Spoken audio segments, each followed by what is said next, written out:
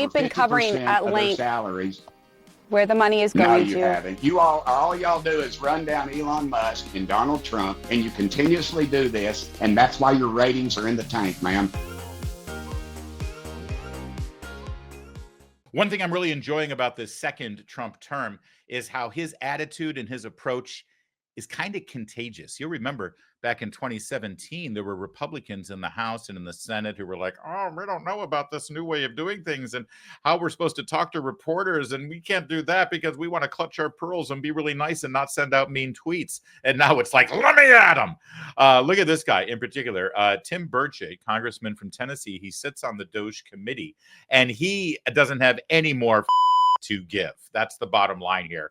So he's with CNN, and CNN now they're rolling out this other journalist to try to do the same thing that Breonna Keeler failed to do with Stephen Miller. You look, the questions are almost exactly the same. Is that how dumb it must be to work at CNN right now, like across the board? It's like, oh, we got another congressman on. We're going to ask him about Doge. Well, let's just use those same questions that Breonna Keeler whiffed on yesterday with Stephen Miller. So here we go this morning with Tim Burchett of Tennessee, and well, he was ready for it. DOJ subcommittee. And the White House says in a court filing, Elon Musk is not overseeing DOJ. Did you know that? President Trump is overseeing DOJ, ma'am. That's the bottom line. And everything that is being done has to be done through executive order, and that is through Trump.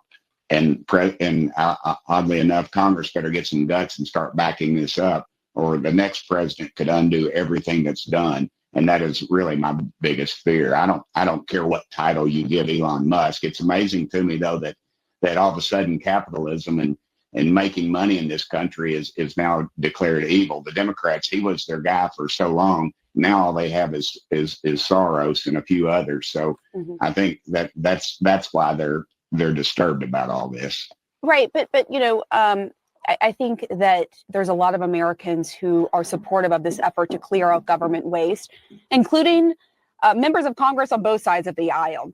But there's also concern by how much access Musk and DOJ staffers have to their private sensitive data. You're also on the House Oversight Committee. And given what we just talked about, Musk's investments with China and billions of dollars before the government, and now potentially having access to all this private sensitive data and not having full transparency on what is happening with that. Yes, ma'am. What information do you actually have on what DOJ is doing with that data? What are your questions? What do you want to know? Certainly, as a member of the oversight, you have some questions. So I just got to pause in here again. My commentary has more to do with the craft of conducting an interview on behalf of a news organization, because that's what I do for a living as well. And I just want you to recognize what's going on here. For as long as you've been watching network or cable news, have you ever heard a reporter like this person with a very nice haircut and the talent to read a teleprompter? That's the skill set involved here. Have you ever seen anyone like her over the course of your entire adult lifetime ask a congressman at any given moment about the people who work in the federal government who have access to your personal financial information? Because you realize that there are millions of people in the federal government who have access to your personal financial information, right?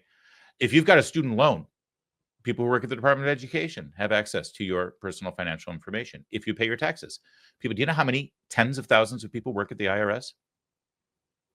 A huge chunk of them have access to your personal financial information. Go up and down the board, all of the things that you do and interact with at the federal government level. Department of Health and Human Services on your medical records.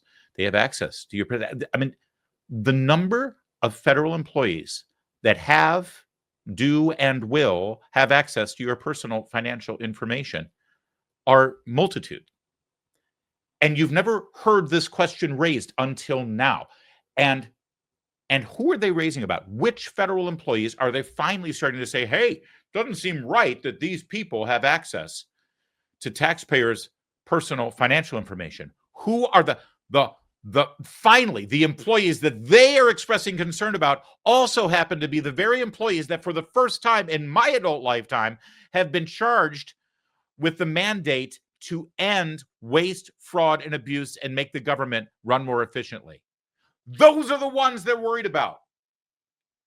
not the people who have been working in the federal government for the last several decades.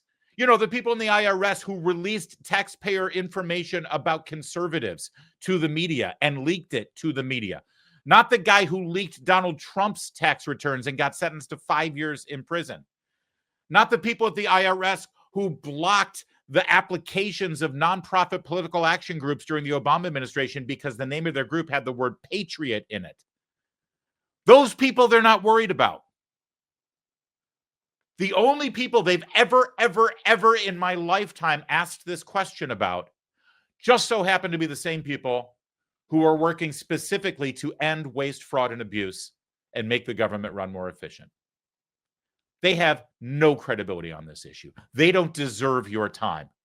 You should only laugh at them, which is exactly what we're going to do. And what Congressman Burchett here, who has caught in the bug, he's watched Trump, he's watched us, he said, it's like, oh, I can do this. I know how to do this. Let's do this. Well, first of all, Elon Musk, when he owned PayPal, they never had a breach of security. IRS is a nightmare, ma'am. You have folks that still haven't gone back to work 3 or 4 years after COVID. As a United States congressman, I can write a letter of concern over a constituent of mine having a problem with the IRS, and it takes up to 6 months for me to get a response. Look, I'm not saying there's no problems with government agencies or the IRS. Hold on. You asked me a question. But you're not answering it. And the IRS the IRS has hundreds of different groups that have access to this stuff, and yet no one's complained about that. You don't hear there's checks and balances in place for the specific system. That's not true. Even the IRS, even politicals and the former IRS commissioner who was just on the show yesterday said even he didn't go to it, and it's highly unusual for politicals to have access to that system. Do you not have questions about what they're doing with the data, why they want access to private tax information from Americans? Do you not have those questions as a member of the Oversight Committee? I have questions. The only reason you'd have questions is if you're doing something crooked, and you're going to see a lot of congressmen with red faces when they follow this paper trail back to members of Congress, ma'am. And that's the bottom line. Where were they fussing the last 3 or 4 years? I mean, we've had these groups different groups have access. Hundreds of different people have access to this that are nowhere in the scope of what needs to be. And yet no one raised one peep about it. Now Elon Musk gets a hold of it, and he's going to do something. He's going to make some changes that need to be made. And you all are pitching a fit. It's the same old line, and you attack the message carrier. To be clear, you all were not pitching a fit. As I said, a lot of people think it's a good thing to weed out waste, but there are fair questions to be asking congressmen about these unelected people going in and having access to private information from Americans. How can you not be asking those questions? Those are very fair questions. Ma'am, but hold on, let me follow up with you. Hold on, because there's a difference between, hey, hold on for a second. How many people at the IRS are elected? How many of those are elected, ma'am? You're proving my point. You've got all these people, and this is a very porous agency. We know that. There's a difference between civil service and checks and balances in place in a small group and politicals who are going in, many of them young staffers who we know nothing about really. Why don't you have those questions as a member of the Oversight Committee? If a Democratic administration was doing this, would you not be asking questions? And the questions are being asked, ma'am, but I want you to look at these. I'm not hearing them from you. Those are Japanese. Those are Japanese rifle. That, guess what? My dad was 21 years old when he killed the people that carried that. You all don't question the fact that, we these 22-year-old people, the ones that fight our dadgum wars, but yet there's a difference between members of the greatest generation going to war and risking their life to serve our country, and young staffers going in with their computers and trying to get access to personal data. By the way, there is a big difference. Did you see what she just walked into there for a moment? He made a good point. It's like, oh, you're upset that they're 21 years old. My dad fought World War II and brought back these Japanese rifles after kicking their butts over in Okinawa. And now, you're upset about a 21-year-old with a computer actually making the government more efficient. And she said, well, there's a big difference. Yeah, there is a big difference. You're proving the point. She's fine with 20, 21, 22-year-olds in the military. You don't have to go back to World War II and the Greatest Generation, by the way. We had a hell of a great generation just now for the last 20 years fighting in Iraq and Afghanistan, all volunteer, by the way, no draft, getting their legs blown off and traumatic brain injuries left and right from IEDs. And you're fine with them going and doing that on behalf of your country, but suddenly you question whether they're worthy enough to go use their computer skills and their intellect to find waste and fraud and abuse in the why the double standard there, ma'am? These are both great sets of patriotic 20, 21, and 22-year-olds. And by the way, honestly, if I were Tim Burchett, he can't say it out loud, but I'll say it for him. Because when she said, well, would you be asking questions if a Democrat administration was doing that? And the answer is, well, yeah, because I don't trust Democrats. Because Democrats have never, ever found waste, fraud, and abuse and made the government more efficient. So if they're going into this, I'm very suspicious. But explain something to me. What is the fear and concern about people whose sole job and function it is to reduce the size of government and to reduce its power over your lives? And there's also false narrative that she just laid out there. Well, it's one thing for civil servants because they actually answer through checks and balances. No. Every single employee of Doge, I feel like I'm saying it every single show, but you need to hear this so you can reply to your crazy liberal friends on Facebook or at the cubicle next to you at work. Every single employee of Doge is an employee of the federal government. They answer through the chain of command, ultimately to Russ Vought, the Senate-confirmed director of OMB, and he answers to the president. So these are not some pirates that are just going to be given free rein and they're unaccountable. They are 100% accountable. And the person who is guiding the effort on behalf of the president of the United States and Russ Vought, the director of OMB, is Elon Musk, one of the most high-profile people in the world. And he is constantly, transparently relaying his findings on his social media platform. And how many press conferences and interviews has he given about this? Certainly more so than, I don't know, let me think of a name from the Biden administration. Anita Dunn. Ever heard of Anita Dunn? You may have, but not very much. Anita Dunn worked for the Biden administration for the last 4 years in the exact same kind of consultant capacity that Elon Musk works. He never had to get vetted. He never became she never became a government employee. She never had to divest from her own personal finances. She was basically the de facto director of communications. Look it up. Anita Dunn for the Biden administration, who was able to keep all of her private investments in her private business, functioning as a communications and PR person in Washington, D.C., and at the same time working in the West Wing as the comms director for Joe Biden under the exact same legal provision that Elon Musk enjoys right now. But you never, ever heard a peep about Anita Dunn. Oh, why else does that name sound familiar? Because during the Obama administration, she worked for Barack Obama and had to quit under a cloud of suspicion because she gave a speech saying that Mao Zedong was one of her heroes. You know, Mao Zedong, the guy responsible for the deaths of tens of millions of people. That's who Anita Dunn is. All right, let's go back to this. A big difference, but I want to follow up here. I just want to follow up because I think this is an important question. You won't answer your own questions, ma'am. No, Congressman, hold on. I want to go to this question because, again, it's not a question of whether waste should be rooted out of the government. So many people agree with that. But now we're seeing it's the way it's being done. The government is trying to claw back several employees who oversaw nuclear weapons after they were fired. They realized, we made a mistake. We need these staffers who oversee nuclear weapons. A professor at the University of Maryland, Don Kettle, who specializes in civil service, told the Washington Post that, yes, the government is likely full of wasteful bloat, but said a clumsy fix is worse than no fix at all, saying it's like going to a meat market, getting a piece of steak and trying to cut out the fat with a sledgehammer. That would only make a mess of the meat. Do you think, Congressman, that is a fair point, that the way this is being done is clumsy rather than methodical?